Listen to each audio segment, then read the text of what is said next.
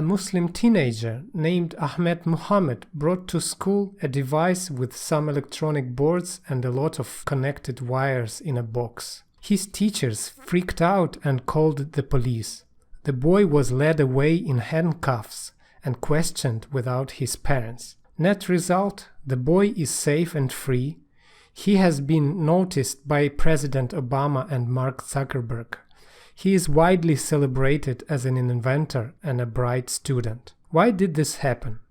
What does it tell us about America, American people, and American culture? Does it tell us that there is an ungrounded fear of Muslims bringing strange amateur devices in boxes? Why did the teacher freak out and call the police? That's a hard question. Spoiler alert.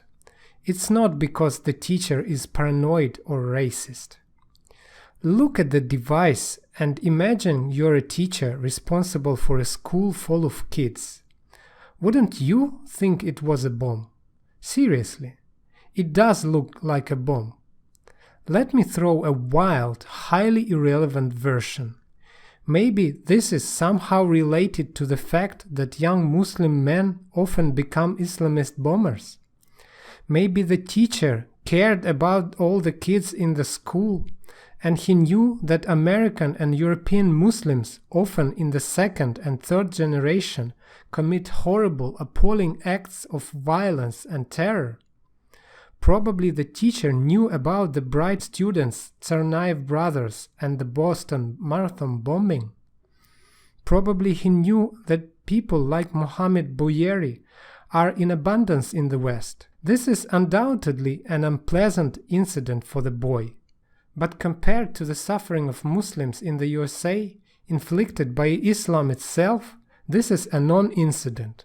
Let me emphasize this. He received a civilized treatment. He received celebration and support afterwards. And that tells me a lot about America as a modern country. Now let me ask you this question. Is this boy beaten by his father as it is prescribed and practiced in Islam? Is his sister beaten by their father regularly? Let me ask you more questions. How many girls have been killed during the last 3 months in the USA by traditional Muslim parents for dating infidels and acting immodestly? How many thousands of children are beaten every day by their Muslim parents as part of practicing their faith as it's prescribed in the Quran? How many girls in the USA have recently undergone a barbaric, painful, psychologically damaging procedure of genital mutilation at the age of 5 or 6 years old? The question that we should be really discussing is this: how many American children are suffering in Muslim families because of the direct teachings of Islam? How many more of those children are likely to abandon their failed American life and join ISIS and Al-Qaeda because we were too tolerant to their parents and allowed them to abuse their kids with their barbaric culture that encourages beating children?